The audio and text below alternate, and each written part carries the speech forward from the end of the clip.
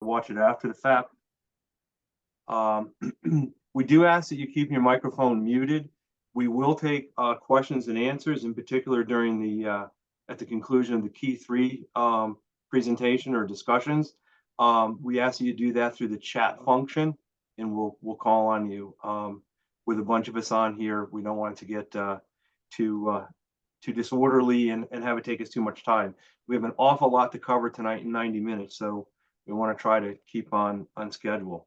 Our first item is our safety moment. And our safety moment tonight is about safety moments. They are just a critically important part of creating a culture of safety. And safety is extremely important to us here in Connecticut Rivers Council and throughout the BSA program. At least one safety moment should be delivered at every Scout meeting or event, regardless of program or participants. They can and should be tailored to the audience. The message would be different for Cubs versus Scouts versus adults. What defines a good safety moment? First off, it's concise, it's limited to about 1 page and readable in 2 minutes or less. It's focused, it addresses a single topic or a specific aspect of a larger topic. It's relevant for the audience. So it's tailored to the educational level of the audience. A message to Cubs will be different from Scouts, which could be different from adults. The delivery method is going to be crafted for, again, the audience. So we want Scouts to present to Scouts, and then adults or Scouts to adults.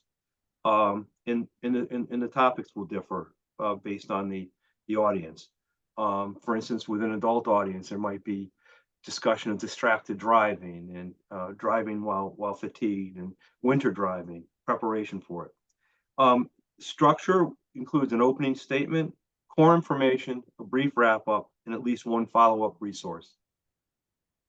Safety moments need to be non-specific. You don't want to refer to a specific Scout or specific incident. You want to talk generically with general topics. And of course, the safety moments need to be compliant, conform to Scouting America's policies, practices, guidelines, and standards. And we want to exclude activities prohibited by Scouting America. Safety moments are readily available at scouting.org. You just Google search BSA and safety moment. There's a ton of them out there. There's also a number of other great sources. If you just Google search safety moment, you go outside of Scouting, you're just going to want to make sure that it is that the message is compliant with the aims and goals of Scouting. With that, we're going to proceed on with our Council Key 3 discussion. We're going to start with our Council Scout Executive, Mark Schweitzer. So I will turn the floor over to Mark. Thanks, Bob. A couple of agenda points here, but I'm going to inject something at the beginning here. I want to start this roundtable with a sincere apology to everybody that is dealing with our renewal and recharter registration system right now. That's been ongoing throughout the fall, into this winter, into the new year. I know it's extremely frustrating. Our Key 3 was on a national call earlier with the national Key 3. They recognize that system has a lot of flaws and quirks. I'm just going to ask everybody on this call if we could just continue to communicate and continue to push through until we have this completed. Our council, the national office, we're all going to focus on a newer, better system going forward. Please reach out to me if there's anything I can do in the meantime. And then thank you, Bob, for your leadership and the committee behind this virtual roundtable. It came from an idea that maybe we could save everybody a cold winter night out and a drive out and get together as a council. So I appreciate the work that went into this. And I'm watching the participants just on our call click up to almost 100, plus those online. Thanks for being here and taking the time. Want to review what we set as priorities for the council for 2024 and a quick update on those priorities. Number one priority for the council was to increase our families enrolled in Cub Scouting. We wanted more new families to join Cub Scouting than previous years. We know that when we add Cub Scouts, they cross over to Scouts BSA, they attend camp. That's our mission. That's how we change lives. And I'm happy to report on behalf of the council and our membership teams out there that we absolutely nailed that priority. The council rankings out of over 200 councils in the nation, our council's ranked 9th in the nation for Cub Scout recruiting. It's a fantastic effort. I hope those of you on the phone that saw firsthand the recruitment efforts and the work we put into that come to fruition. So congratulations. We know that is the right #1 priority, and we want to keep that laser focus on Cub Scout recruitment. Our second priority in 2024 was to live within our means, balance the council's budget, and spend accordingly. Our budget's roughly $3 million a year, and probably close to $2 million of that is from camp fees and spent on camp. It's a good sized budget, and we generate that money from fees, membership fees, camp fees. We generate that from the popcorn sale, grants and foundations, donations from our families, our local businesses, our special events. We want to be good stewards of those donations. So in 2024, we did add more dollars to our council's endowment, our permanent endowment. We had a fantastic year in our popcorn sale. All of our special events, golf tournaments, clay shoots, dinners, exceeded expectations. We had a great year. There's work to be done there. Financially, we are just super thin, and we want to stay focused on this priority. We did put a new budget process in place, and also new spending authorization and spending permission systems in place. So we're going to continue to hone that and be good stewards of those fees and donations. Our third priority was engaged volunteers, and not just throwing the net out there and grabbing anybody. We want to engage the right people at the right level, getting the right work done. So from our board, adding new board members, all the way through adding recruitment captains that helped us get to those new Cub Scout families, and countless volunteers that made sure we had great activities and lifelong memories at our properties. We are doing a better job at reforming those volunteer committees and getting more and more people plugged in. So for 2025, we are going to keep those 3 priorities. We know those are the right priorities. We're going to add a 4th and probably call it priority #1. So we'll have 4 pillars for 2025. With making sure our scouting program is a safe place for kids as our #1 pillar, #1 priority, and everything that means from safe summer camp to those camp outs and those weekly meetings, making sure kids feel welcome and safe. So those are the priorities. We've got a lot of work to do. I would suggest the success of the council is because we are remaining focused on critical areas. There's always work to be done in scouting. It's all work, but as a council, we've determined to stay focused on some main priorities. Next on the agenda here, I just wanted to give everybody an update on the sale of the council's office in East Hartford and our transition and move to our new space in Hartford. So that sale is complete. 100% of the proceeds of that sale is going to the endowment with earnings from that endowment to help offset the lease costs of our new space. So that kind of falls in line with some of those pillars we just talked about. Our new space, we're getting the paints done, half the carpet's done, half the furniture's in place. Copy machine shows up next week. We are shooting for open for business in the next 10 days to 2 weeks. We had a soft opening, and some board members and staff took a sneak peek, and we're excited to get back in there. There's questions around the Scout shop. They're on a slightly different timeline than our office space. We do plan on opening up the Scout shop at the new location. working with contractors and our national supply folks to get that done. They're going to be several weeks behind our opening, but we are making that transition. Parking, that's a question. We are downtown. There is a parking garage connected to our building space. Clean, safe, cameras, dry, warm, nice elevator up to the lobby, elevator up to our floor, our fifth floor. There is a $2 per hour parking fee, and the council would like to be in a position to help validate that parking if you're going to come visit us, do your shopping, or visit us in the office. We'll keep everybody posted, and as soon as we have a kind of a grand opening, we'll share that around. Last point I want to touch on is our best use of property update. About 18 months ago, we formed a small board level council committee focused on how to best utilize our properties in terms of assets. In that conversation, that's where we determined we should be out of owning an office and leasing space and get out of overhead. Are there other things we can do with the property?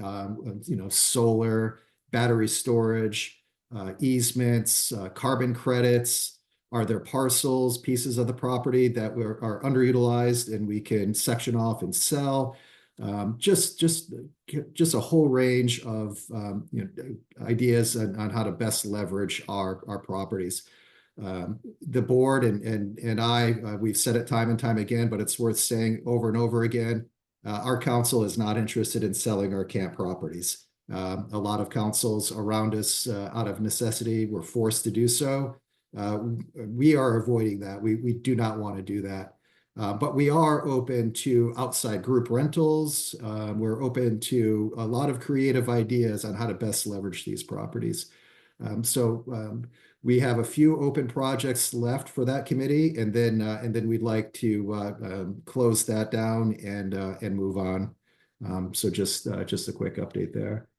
I'm going to be available for the Q&A, but I think at this point, I'll turn it over to Shannon.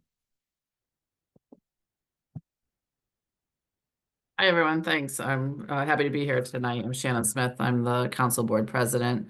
Hopefully I met many of you last year during our fireside chats. As Mark mentioned, last year when we met with all the districts in the fireside chat, we made a commitment to not sell any of the camps, and we're still honoring and continue to plan on honoring that commitment.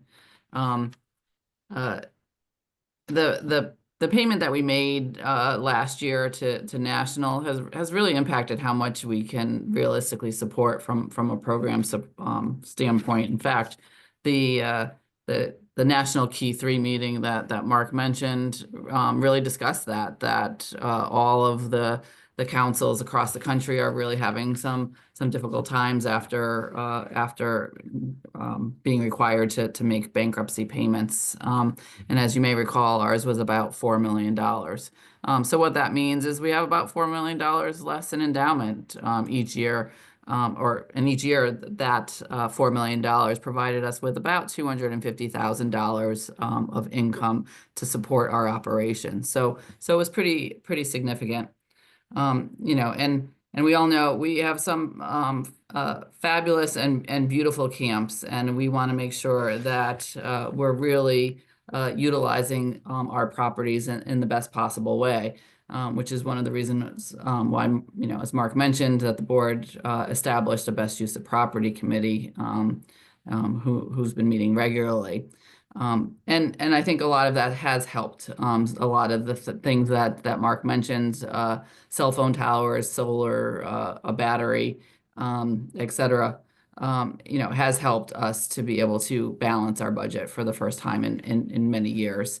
But I think as a result of that, we think we need to do more. And so one of the things that we're planning in the March timeframe is a full board retreat to discuss, the programs at each of our properties and what makes sense for us as a council.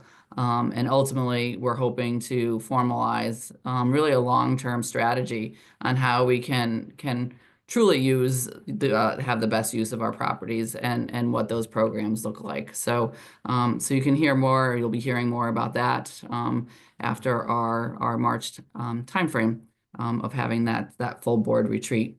We're also looking at, continuing to increase our volunteers as well as the diversity of our volunteers to, really reflect our membership ranks and looking at, all sorts of individuals to help. So, if you know of individuals that would continue to like to volunteer, would like to serve on the board, et cetera, please let us know. We are, definitely looking for individuals to help us strategize and make the scouting as best as we can. So with that, again, I'll be around for questions as well with Mark in a little bit. All right, thank you, Shannon. I have the great pleasure of being council commissioner and working with our 4 district commissioners and with unit commissioners. Hopefully, all of you with units have and know your unit commissioner. The role of a commissioner is to assist units. It's really that simple. We strive to be counselors, connectors, fixers, problem solvers, and overall resources for units and unit leaders. Our goals are simple. First off, being the single best resource. We want to be the go-to place for unit leaders. Yes, there's professional staff, but we want to be the first stop that you go to with any issues, questions, problems, concerns. Secondly, we want to ensure safe programs. That's BSA, SAFE. We're going to hear more about that later this evening from Todd Gianetti. And we also want to help facilitate significant sustainable growth. I mean, we're all here for our youth and to provide program as strong as possible to as many youth as possible. As a part of our commissioning forward focus, we've recently eliminated our tools of the past, which you may know as detailed and simple assessments. Those were just, rear view mirror subjective reporting and not furthering our goal of assisting our units and unit leaders. So if your unit doesn't have a unit commissioner or you don't know who your unit commissioner is, you can reach out to your district commissioner. You can also reach out to myself. All of our contact information, district commissioners and myself, are on the council website. So I encourage you to go there if we can be of assistance. We're here to support you all that are providing our program in the field and to our youth. With that, I will open the floor for questions for the key 3. I do ask that you provide your questions in the chat, and then we can recognize you.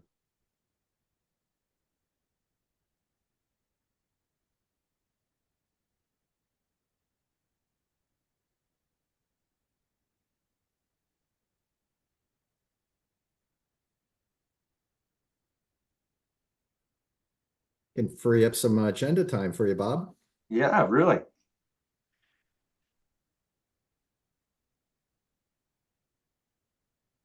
So if folks have questions, input, thoughts, concerns, whatever, and would rather do it in an offline forum, again, all of our contact information is on the council website.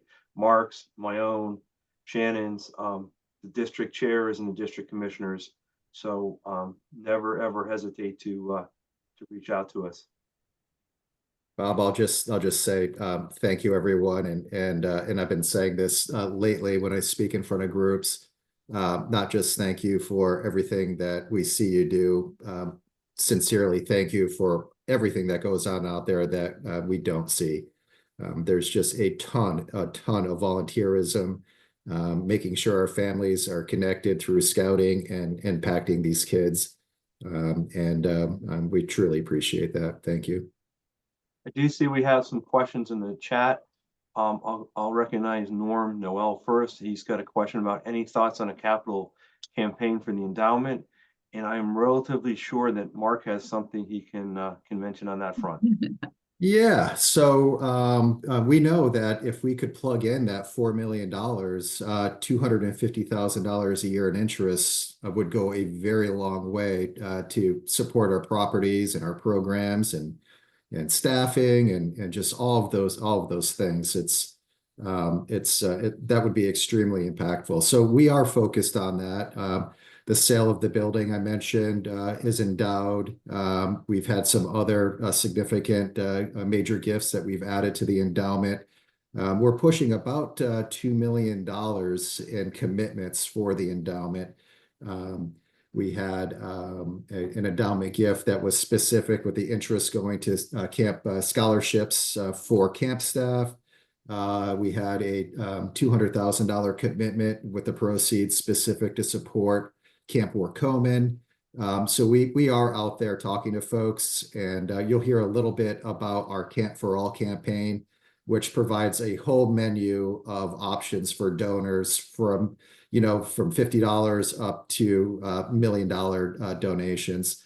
So that is a focus of mine. I think if we can get to that in the next 18 months, 2 years, and fill that void, we'll position the council very well. So if you've got, it seems like every time I'm in a room, somebody will mention, "Hey, have you talked to so-and-so about a donation?" Or "Have you approached this foundation about a donation?" If you have thoughts, ideas, connections, feel free to share. One of the new volunteer committees we formed is a grant committee. Our fund development team with Lee Hoffman on our board of directors and Marge in our office providing leadership. We just met this afternoon. We're meeting monthly, and that's our chance to go over details, brainstorm, and get after those large gifts. Thank you, Mark. The next question is from Phil Johnson, and that is regarding unit leaders being able to order from the Scout store online. As you may know, right now we have our Scout stores up and operating at our three camps, and we'll be in Hartford soon. We don't right now, to the best of my knowledge, have a local Connecticut Rivers Council online option. However, you can certainly reach out to council and we can try to help facilitate getting items to you. BSA National does have an online store that you can order from, but we certainly would prefer to have orders go through our council store. Scoutstuff.org. They're pretty quick turnaround for uniform parts and books and all of that.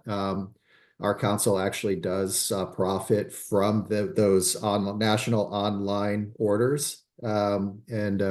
So with enough notice, that's a good option. Also with enough notice, we're happy to custom order and then deliver to the Scout shops at the camps for pickup. And we've got a team of folks that are out there doing that.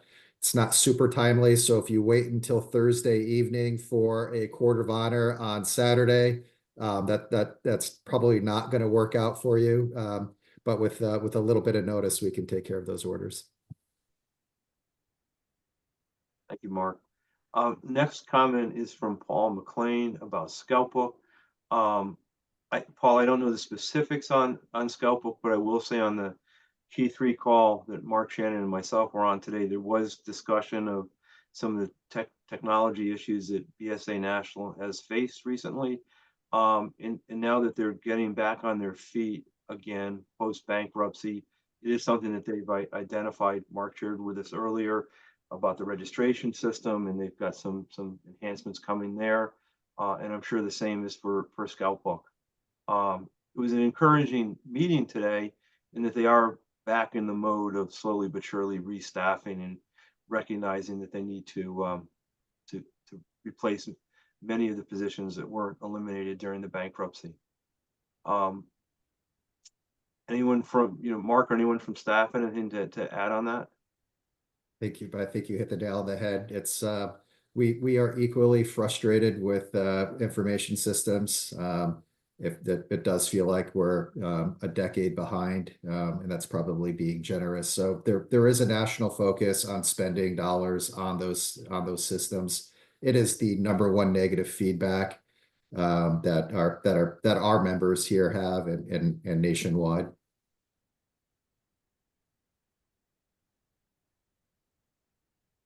All right, I see that there's some additional answers in the chat, which is helpful.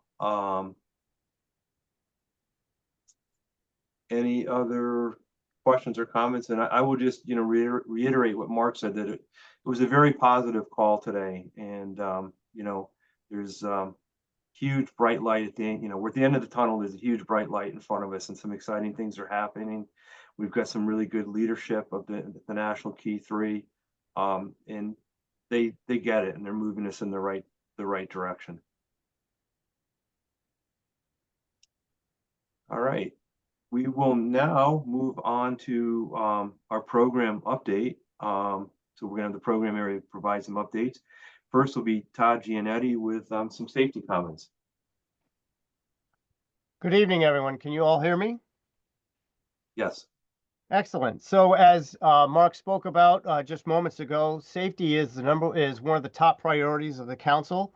And the safety focus for tonight, as Bob mentioned, is on the SAFE logo, or the SAFE acronym that we use for all activities and events. For an organization like ours that thrives on acronyms, the best one for the BSA this is. We remember those great acronyms in the past, 8 points of the Safe Swim Defense Plan, pad balls, or the EDGE method, the method of explain, demonstrate, guide, and enable. Well, this acronym is the best one yet. And the acronym of SAFE reminds us of the steps that we all need to take when conducting safe events.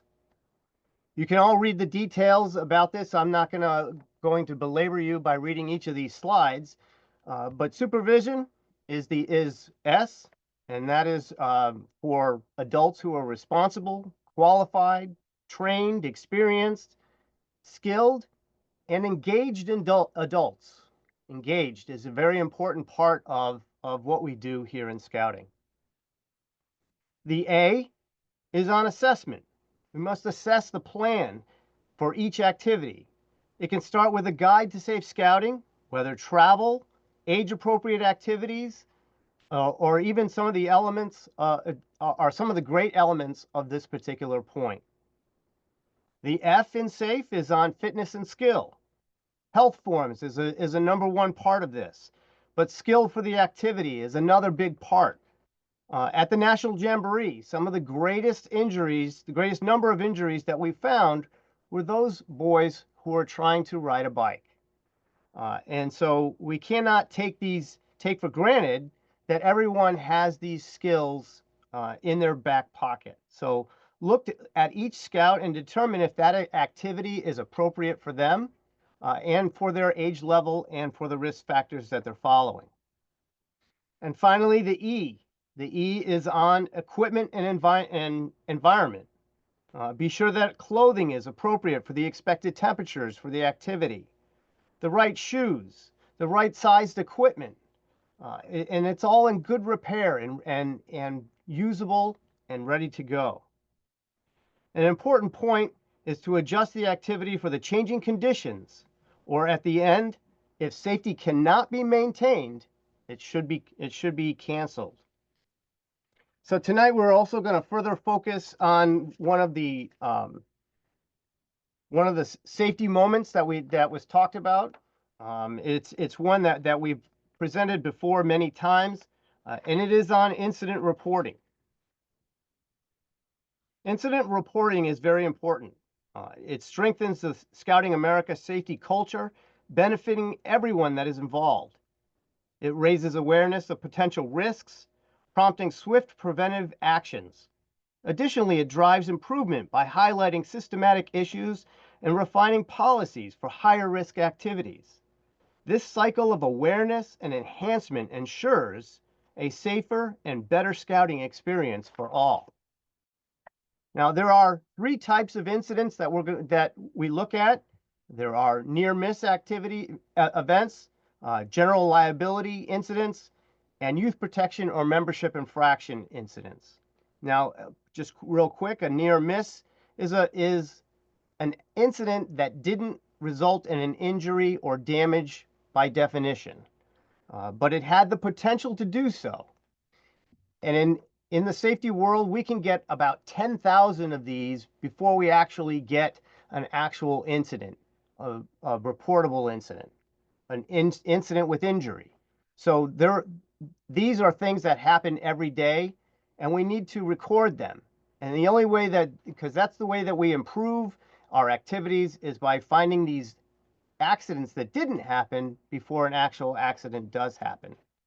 Of course, a general liability is one where property damage occurs or injuries occur. And then, of course, there are youth protection or membership infractions. These are allegations of abuse, violations of Scouting America's guidelines or policies, or inappropriate behavior by a scout leader, a parent, or even somebody else. So how do we report these incidents? There are forms on scouting.org where you can select the tab for health and safety. And then along your left side will be a menu bar along with links to these reports down at the bottom. And these resources will help you whenever there are incidents like that. But in all cases, if you do have anything that is a problem and you're not sure what to do, contact your scouting professional. They will help you do the right thing and get the appropriate reporting in the right place. Thank you.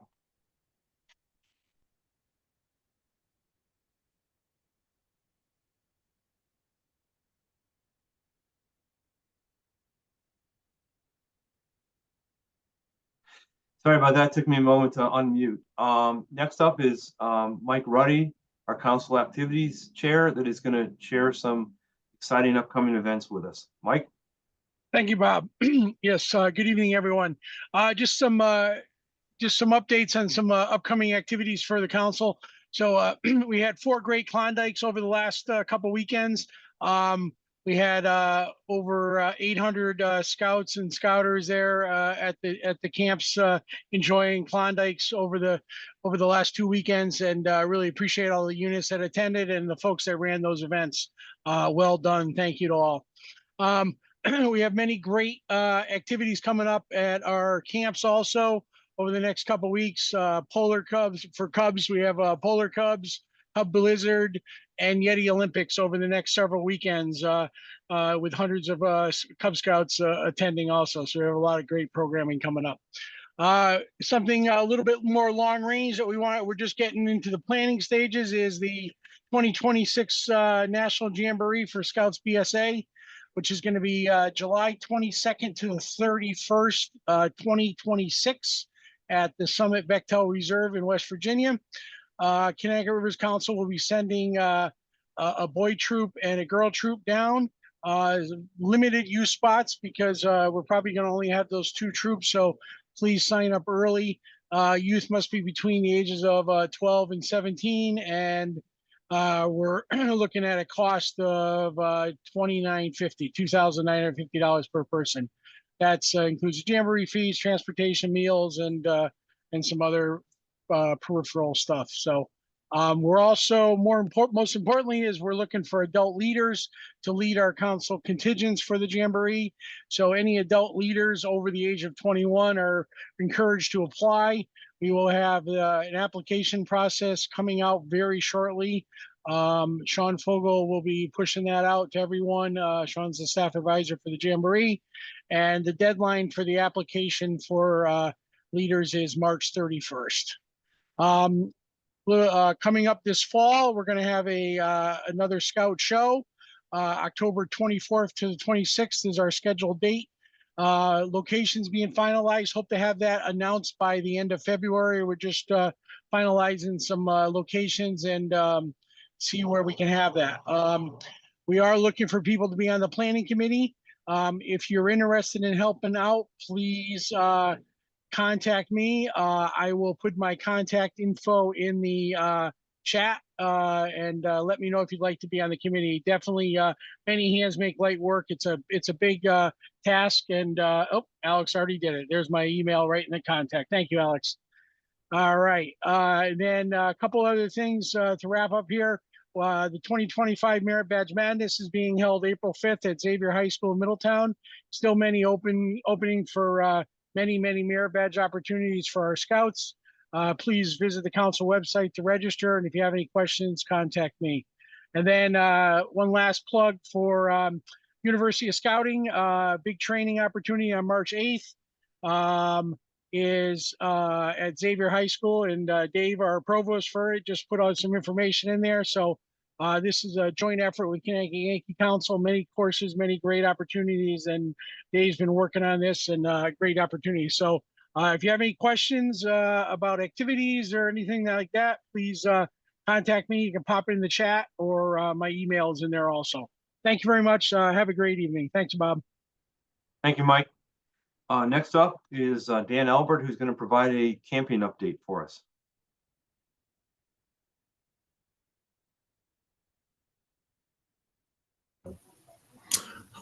Okay. Good evening, everyone, and thank you for taking the time to be on this roundtable call. We've got a lot of things going on in our camping department. First of all, we're very fortunate, as has been mentioned, that we have 4 properties. We all know that we have Barber up in the Northwest Hills. New Hartford is Camp Coleman, Camp Mattatuck in Plymouth, and of course, Jane Webster over in Ashford. We run robust opportunities for program throughout the Scout year.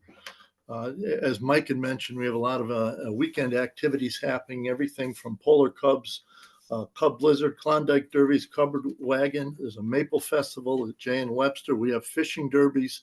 We have family camping opportunities. In the fall, we have Haunted Woods and so on, in addition to all the activities that Mike just mentioned.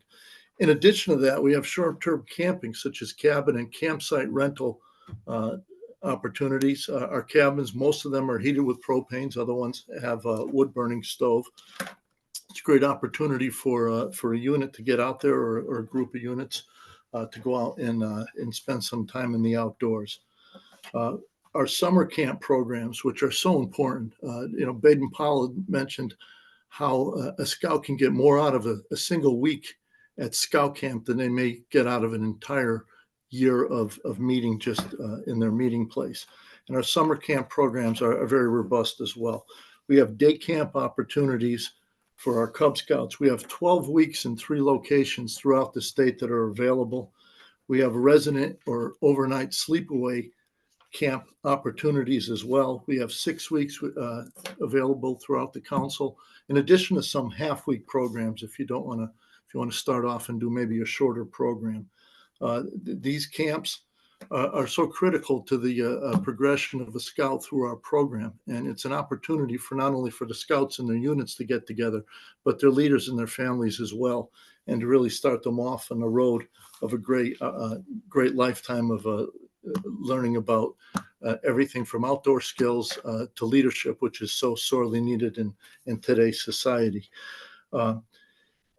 In March, there is going to be a launch of the Cub Scout camping program, so keep your eyes open for that.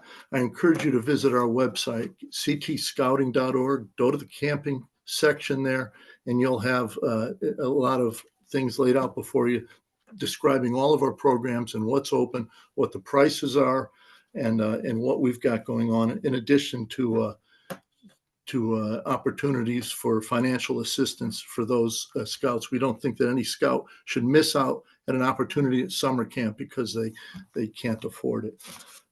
Moving on to just to add on, as far as the Cub Scouts, if you would like to have someone come out and do a presentation at your PAC meeting, go to the website, and there's information on how to get that to happen. We have people, we have volunteers, we have camp staff members who will come out and visit your unit and tell what it's like to come to our camp and what it has to offer for your scouts and for your families.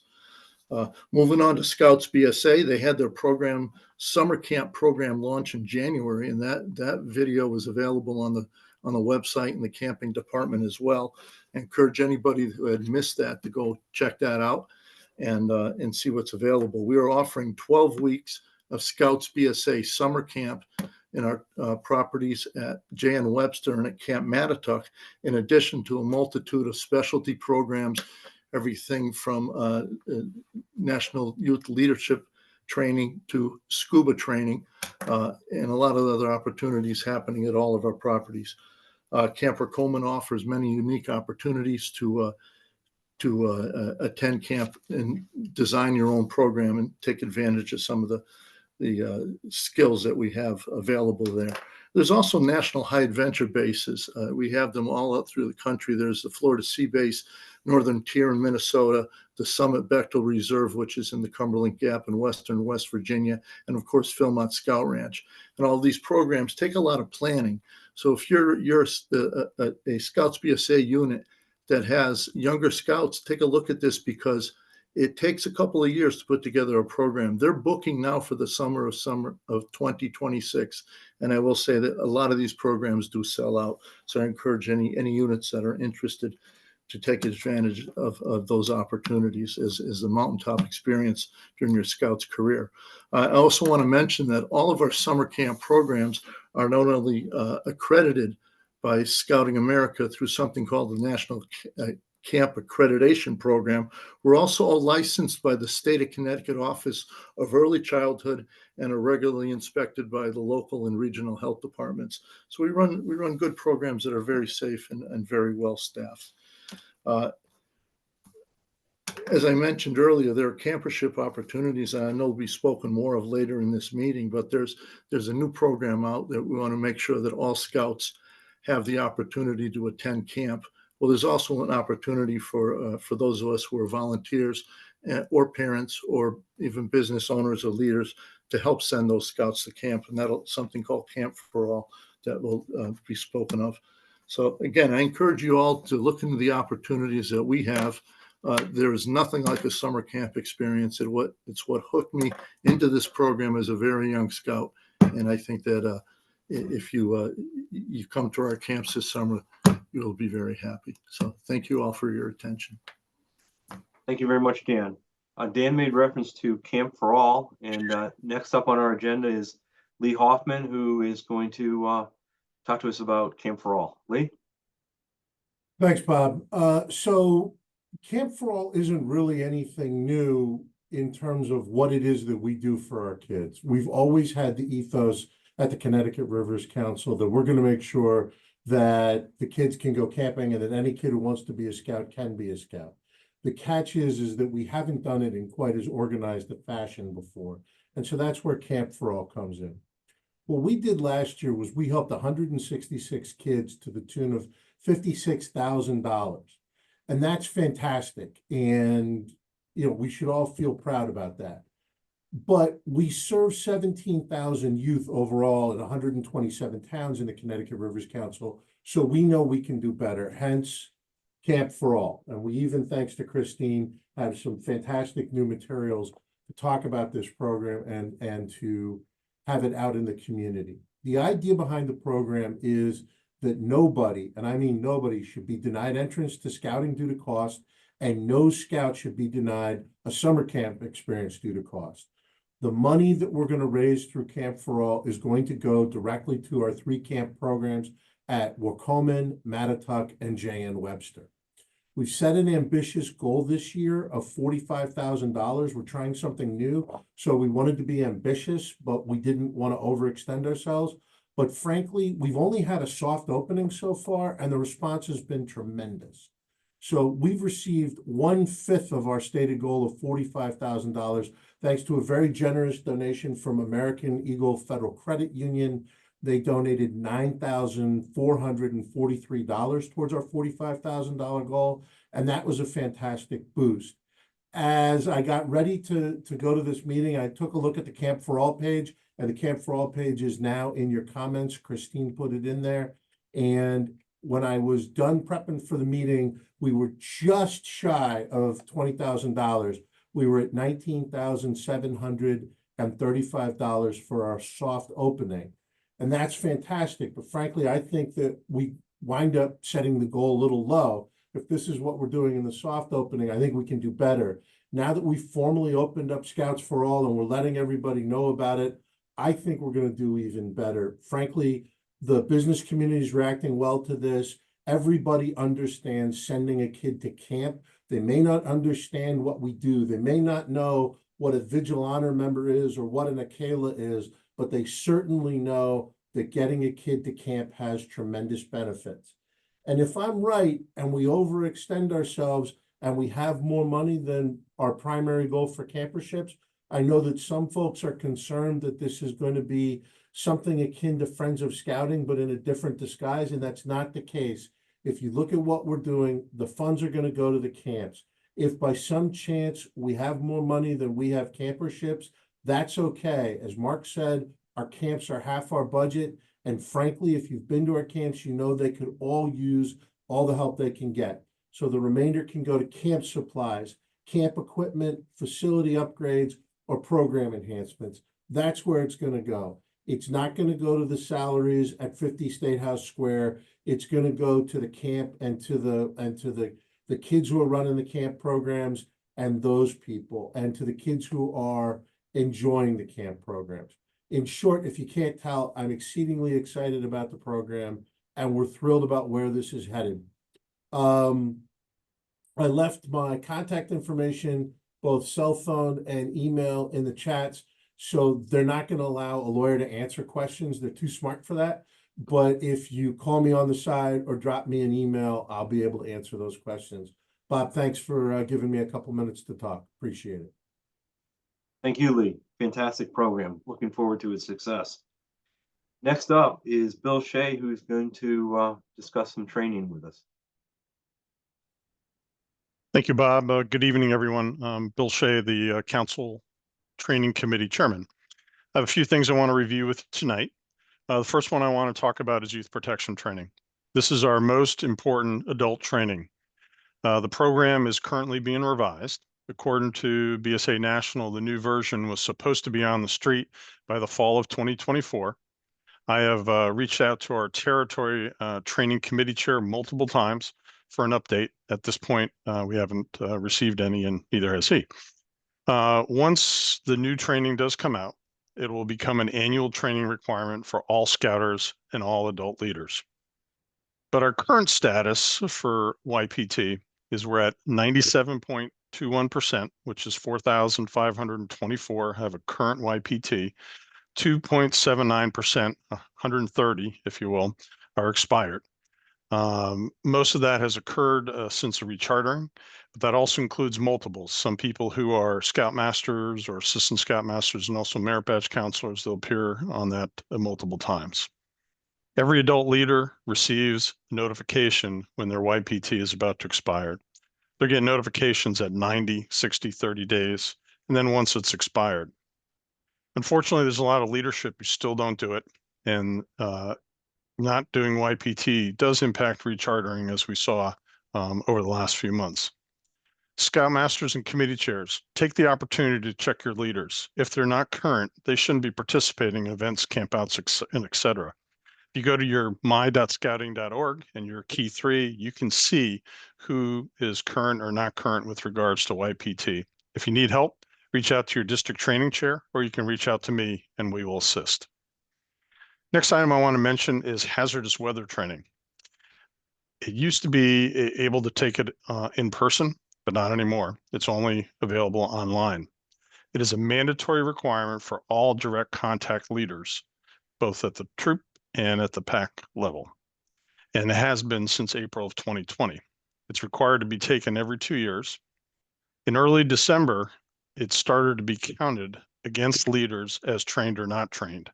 So in early December, when they threw the switch, if you will, our training status dropped by over 15% of adult leaders who did not have direct contact leaders who had not completed the hazardous weather training.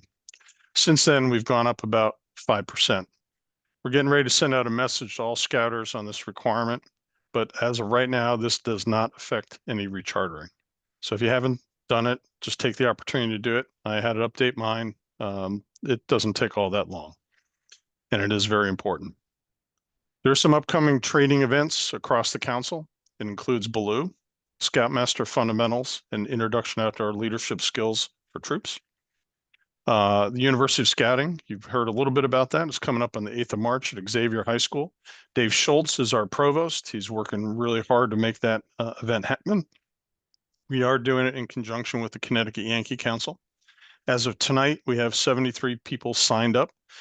If you haven't, please take the opportunity to get signed up now. Encourage your fellow leaders to get signed up. It is truly a worthwhile experience.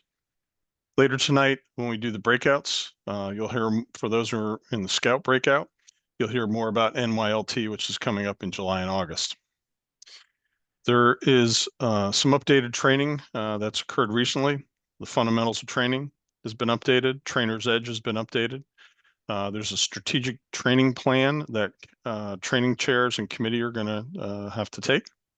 There's a guide to leader training that's been updated as of the tail end of 2024. For those of you who've been to Powderhorn in the past, that course has been discontinued as of the 31st of December. There is a new range activity safety training course, which is available online, and also updated climb on safety course, which is also online. Last item I'd like to mention is about Scouters Awards. First one is the Scouters Training Award. This award can be earned by Cub Scout, Scouts, Venturing, and Sea Scout leaders, as well as district committee members. The training award progress and record and application is a self-nomination form. It's certified by the unit committee chair and approved by the district or council training chairman. Again, it can be at the Cub Scout, Scouts, and district committee level. There's also a Scouter's Key, which is something that Cub Masters and Scout Masters can earn. And again, it is a similar process with self-nominating form. And there's also a district key, committee key that can be earned and certified by the council chair and the, excuse me, not the council chair, the district chair and the district training chairman. Those are all available online. Please take the opportunity to do that. It's a great way to recognize our adult leaders. If you need any help with that, please reach out to your district training chair or myself, and we'll help guide you in the right direction. Thank you for your time tonight, and I'll turn it back over to Bob. Thank you, Bill. I did see a note in the chat about IDs, BSA IDs. We did hear on the Key 3 call today that BSA National is working on an initiative to issue everyone a new master ID. So then if you have multiple sub IDs, they'll tie together under that one master ID. In fact, our national president shared his own experience where he's a victim of multiple IDs, and sometimes he shows up and sometimes he doesn't. But they do have it on their radar to have a fix that ties everything together automatically. So a little light at that tunnel as well. I do just also want to make my own plug for University of Scouting. It's an absolutely fantastic event. Many leaders, particularly new leaders, are intimidated by University of Scouting. They think that maybe that's something for someone that's been a volunteer for years and not possibly for a brandy newbie. But University of Scouting has courses and programs for all level of adult volunteers, and ask that everyone talk it up and get word out that come for a class, come for the day, come for a couple classes. You can come for whatever number of sessions you want. Broad array of programs. The council website's the course catalog. It'll be exciting this year with Connecticut Yankee as well. We can share some ideas and brainstorming and whatnot. Always good. We're now going to have breakouts. We're going to break out by Cubs and by Scouts. We're going to take about 25 minutes, and then you'll be put back into the general room. On the screen should be instructions how to join a breakout room. And it depends on what kind of a screen you're on. I'm on a desktop, and I see on the bottom breakout rooms. If you're on a tablet or a phone, you see over the bottom right, you might have to hit the little more button to join the breakout. So let's all head off to breakout rooms.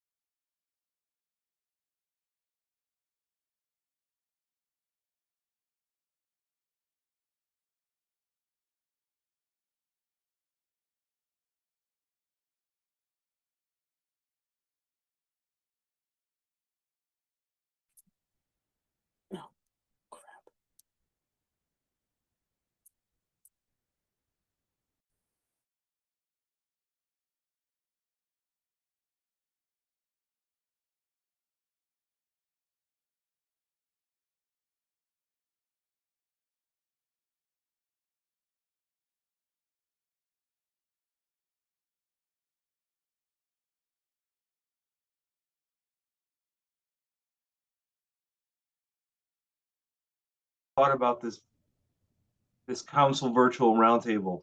If you think it's something we should do once a year, twice a year, 3 times a year, whatever feedback you can give us would be most appreciated.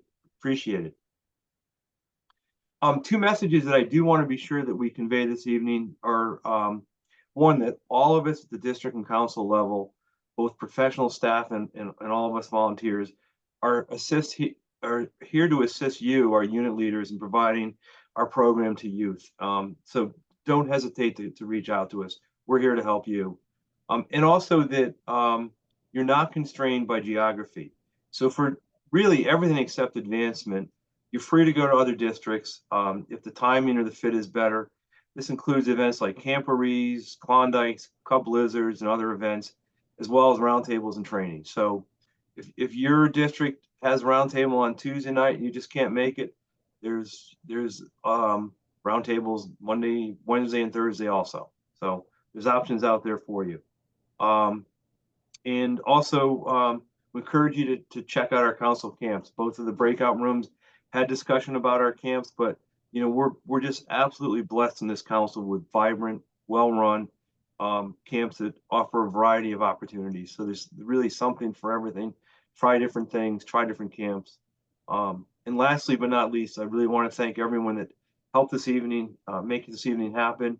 There's quite a bit of advanced prep time and all those coordinated breakout rooms and slides and everything. So most appreciated. And very most importantly, I want to thank all of the unit leaders and adult scouters on this call tonight. You're the ones that delivered our great scouting program here in Connecticut to our youth. So thank you very, very much. And everyone have a great evening and take care.